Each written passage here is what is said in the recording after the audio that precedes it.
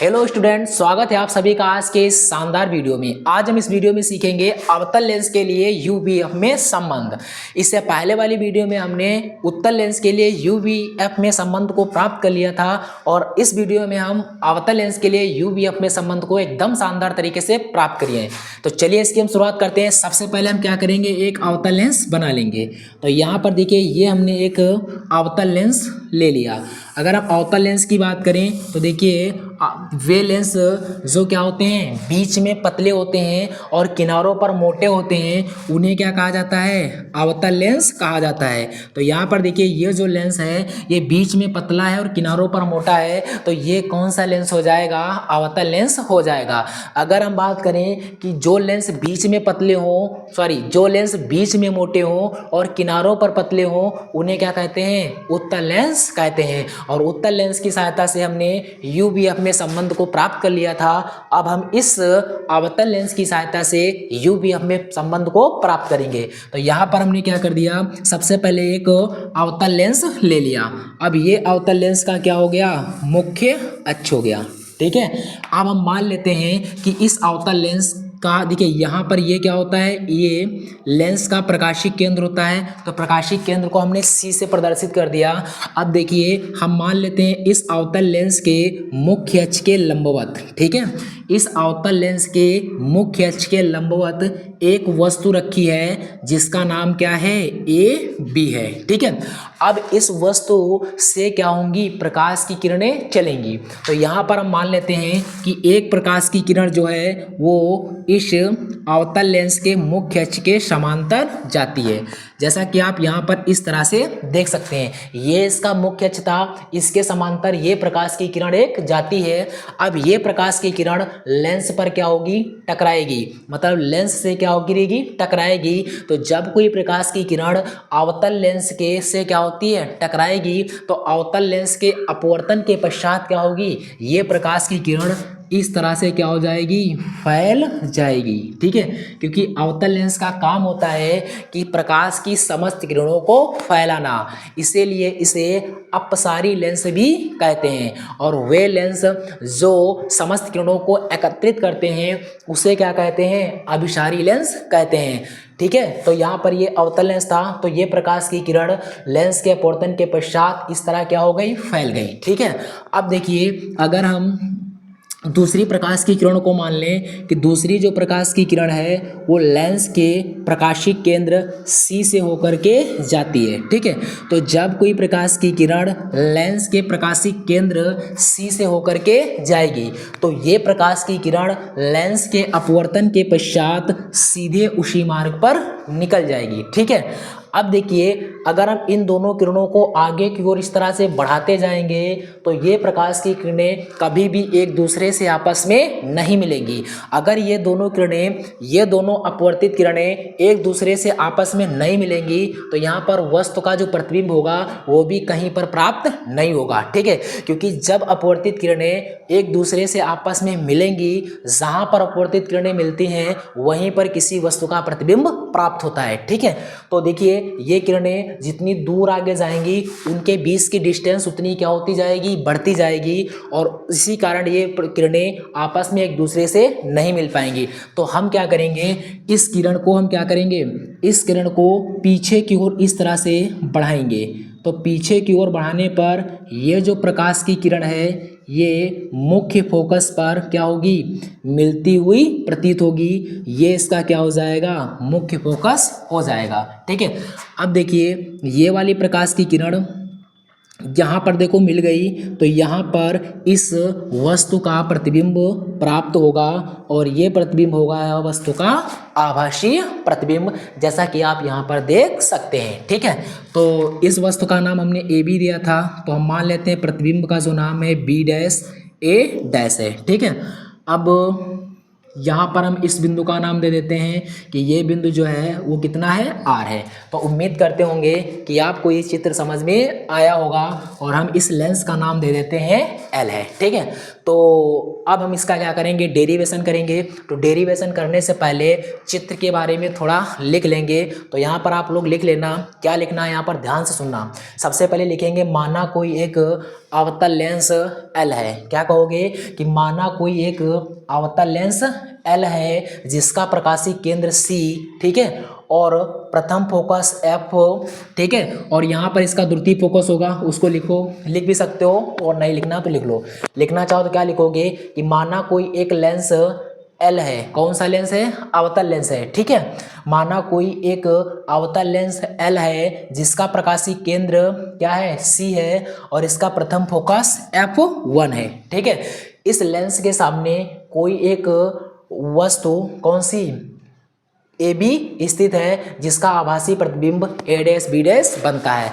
आप लोग इसको यहाँ पर लिख सकते हैं अपनी भाषा में आसान शब्दों में। तो चलिए हम इसकी क्या करते हैं, शुरुआत करेंगे संबंध के लिए। सबसे पहले यहाँ पर ध्यान से देखना, इस चित्र में क्या है कि इस पूरे चित्र में मुझे एक त्रिभुज दिख रहा है जिसका नाम है ABC। ये देखिए त्रिभुज है ABC, और इसी त्रिभुज के अंदर एक छोटका सा त्रिभुज है जिसका नाम है A', ठीक है। तो ये दोनों त्रिभुज कैसे होंगे? ये दोनों त्रिभुज आपस में समरूप होंगे। किस प्रकार से? देखना, यहाँ पर ये 90 अंश का कोण बनना है, और इस छोटे वाले त्रिभुज A', में यहाँ पर भी ये 90 अंश का कोण बनना है, ठीक है। उसके बाद में देखिए ये जो कोण C है, ठीक है, ये कोण C इस बड़े वाले त्रिभुज के लिए भी है और इस छोटे वाले त्रिभुज के लिए भी है। तो यहाँ पर जो कोण C है ये भी दोनों त्रिभुजों के लिए आपस में बराबर होगा, ठीक है, और ये दोनों कोण भी आपस में बराबर हैं। तो मैंने आप लोगों को पहले भी बताया था कि अगर किसी भी त्रिभुज के दो कोण आपस में बराबर हो तो वहां पर एंगल समरूपता से कह सकते हैं कि वो दोनों त्रिभुज आपस में समरूप होते हैं। तो यहाँ पर लिखेंगे त्रिभुज ABC तथा त्रिभुज A', में, ठीक है। कैसे? A', में नहीं लिखना है, यहाँ पर लिखेंगे समरूप है, समरूप त्रिभुज हैं, ठीक है। अगर कोई दो त्रिभुज आपस में समरूप होते हैं तो उनकी संगत भुजाओं का अनुपात जो होता है वो आपस में बराबर होता है। तो संगत भुजा देखिए यहाँ पर AB है, तो इस AB के बटे में कौन आएगा? इधर का देखिए A', मतलब AB के बटे में आएगा A', तो यहाँ पर हो गया AB के बटे में A', ये बराबर होगा। दूसरी संगत भुजा देखिए कौन सी है? B और C। यहाँ पर देखिए, यहाँ से आप दे सकते हैं B और C, तो BC इधर के त्रिभुज की कौन सी उसके संगत है? B', है, मतलब इस बड़े वाले त्रिभुज का BC और छोटे वाले त्रिभुज का B', इन दोनों का अनुपात क्या होगा? आपस में बराबर होगा, और हमने इसको समीकरण नंबर फर्स्ट मान लिया, ठीक है। उसके बाद में यहाँ पर एक चीज़ और देखिए, यहाँ पर ध्यान से देखिए, एक और त्रिभुज बनना है जिसका नाम है RCF1। क्या नाम बनना है? तो यहाँ पर लिखेंगे त्रिभुज RCF1 तथा फिर लिखेंगे त्रिभुज, क्या लिखेंगे? और एक त्रिभुज दिख रहा है इसी बड़े वाले त्रिभुज में, देखिए RCF1 में एक ये छोटका सा त्रिभुज इधर की साइड में बनना है A', तो यहाँ पर लिखेंगे त्रिभुज A', ये दोनों त्रिभुज आपस में कैसे होंगे? समरूप त्रिभुज होंगे। तो यहाँ पर लिखेंगे समरूप त्रिभुज हैं, ठीक है। तो समरूप त्रिभुज होते हैं तो उनकी संगत भुजाओं का अनुपात भी आपस में बराबर होगा। तो इसके देखिए ये वाली भुजा RC है, तो RC यहाँ पर लिखेंगे RC, इसके बटे में आएगा A', V' और बराबर, ठीक है। उसके बाद में देखिए कौन बराबर होगा? CF1, तो ये हो जाएगा CF1, और उसके बटे में कौन आ जाएगा? B', देखिए CF1 इसके बटे में आएगा B', क्योंकि इस वाले बड़े त्रिभुज का ये आधार उसके बटे में होगा B', मतलब छोटे त्रिभुज का आधार, ठीक है। ये यहाँ पर हो गया। अब यहाँ पर आप और देख सकते हो कि यहाँ पर आप कह सकते हैं क्या कि ये जो RC होगा, ये RC जो लाइन है ये AB के क्या होगी? बराबर होगी। तो यहाँ पर लिखेंगे चूंकि RC जो है ये बराबर होगा AB के, तो RC की जगह पर AB लिख सकते हैं ना, तो AB ये हो जाएगा A', B', और बराबर में हो जाएगा CF1, और बटे में हो जाएगा B', इसको मानेंगे समीकरण नंबर कितना? 2। अब समीकरण फर्स्ट और समीकरण सेकंड को ध्यान से देखना, इधर का साइड ये दोनों आपस में बराबर हैं, तो यहाँ पर हम इसकी जगह पर इसको लिख सकते हैं। तो उसके लिए हम क्या करेंगे? समीकरण फर्स्ट व सेकेंड से। जब दोनों समीकरणों को आपस में सरल करेंगे तो ये देखिए ये दोनों आपस में बराबर हैं, तो ये भी हम आपस में बराबर कह सकते हैं। तो यहाँ पर हो जाएगा बी सी और बटे में हो जाएगा बी डैश सी और बराबर। उसके बाद में क्या है, ये आ जाएगा इधर का सी एफ वन और बटे में कितना आएगा बी डैश एफ वन। ठीक है, अब यहाँ पर क्या करना होगा कि सभी दूरियों को मुझे इस लेंस के प्रकाशिक केंद्र से नापना पड़ता है। ठीक है, तो यहाँ पर लिखेंगे सभी दूरियां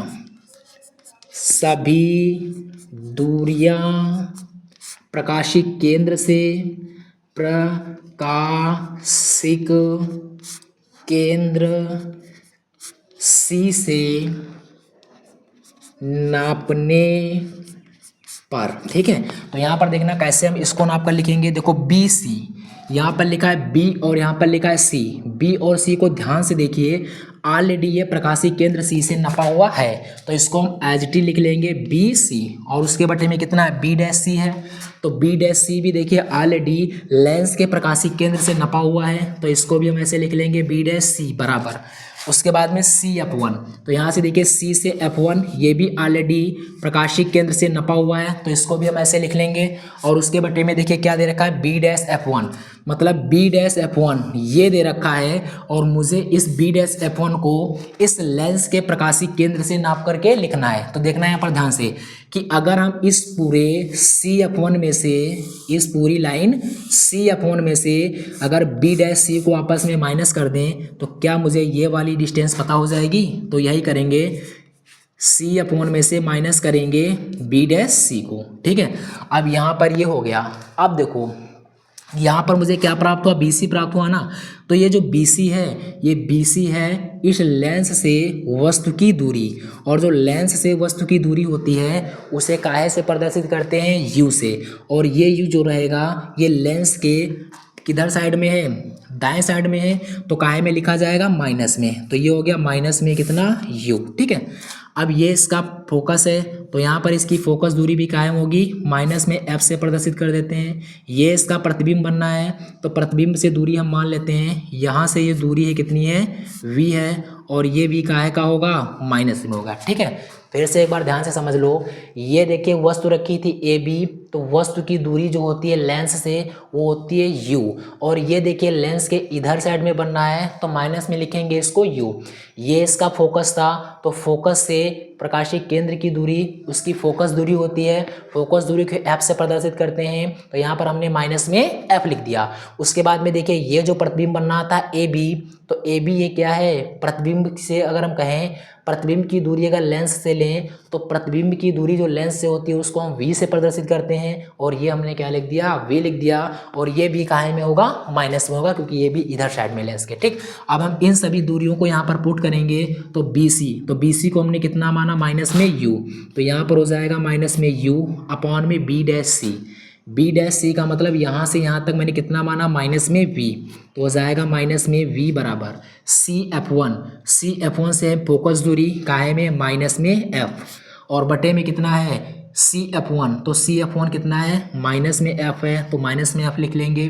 फिर माइनस में देखिए V डैश सी, तो B डैश सी कितना है, B डैश सी है ये है माइनस का V, तो V डैश सी इसकी जगह पर हम माइनस V माने हैं, तो ये हो जाएगा माइनस में कितना V। ठीक है, अब बस इसको सरल करेंगे, देखना ये माइनस से ये माइनस कट जाएगा, तो U अपॉन V हो जाएगा बराबर, देखो ये माइनस में है ऊपर F अपॉन में, ये हो जाएगा माइनस में F, ये माइनस माइनस कितना होगा प्लस हो जाएगा और V। अब यहाँ पर आप लोग ये गलती मत करना कि ये माइनस से ये माइनस आपस में काट देना और F से F आपस में काट देना, ऐसा बिल्कुल नहीं होता है, क्योंकि अगर ये गुणा में होता तो ये दोनों आपस में कट जाते, माइनस से माइनस कट जाता और F से F कट जाता, लेकिन यहाँ पर F काहे का चिन्ह है प्लस है, तो प्लस के केस में ये कटता नहीं है। ठीक है, तो अब क्या कराएंगे इसकी मल्टीप्लाई, इसकी इससे गुणा इसकी इससे गुणा, तो यहाँ पर देखना कैसे, इसकी इससे गुणा होगी तो U की गुणा हो जाएगी माइनस के F से, और प्लस में कितना है V, और बराबर में देखना V की गुणा F से कराएंगे तो माइनस में आएगा VF। अब इसकी इससे गुणा प्लस माइनस माइनस, U की गुणा F से कराएंगे UF plus plus plus, U की गुणा V से कराएंगे UV बराबर, ये माइनस में कितना है UF है तो UF लिख लेंगे। ठीक है, अब देखो ये माइनस का है, इसको बराबर के उधर भेज देंगे। ठीक है, तो वरना डायरेक्ट यहीं पर कर दो कि दोनों पक्षों में यू वी एफ से भाग देने पर तब भी आ जाएगा। दोनों पक्षों में यू वी एफ से भाग देने पर, तो यहाँ पर देखना कैसे भाग देंगे। ये दिया है माइनस में यू एफ, इसके बटे में हो जाएगा यू वी एफ, फिर प्लस में लिखा हुआ है यू वी, इसके बटे में हो जाएगा यू वी एफ, फिर बराबर में माइनस में यू एफ, तो माइनस में यू एफ, इसके बटे में हो जाएगा यू वी एफ। ठीक है, अब यहाँ पर देखना ये u से u कट जाएगा और ये f से f कट जाएगा, ये u v से u v कट जाएगा, ये देखना f से f कट जाएगा और ये v से v कट जाएगा। ठीक है, तो यहाँ पर कितना बचेगा, ऊपर बचा माइनस का 1, नीचे बचेगा v प्लस यहाँ पर बचेगा 1, फिर नीचे कितना बचेगा u बराबर।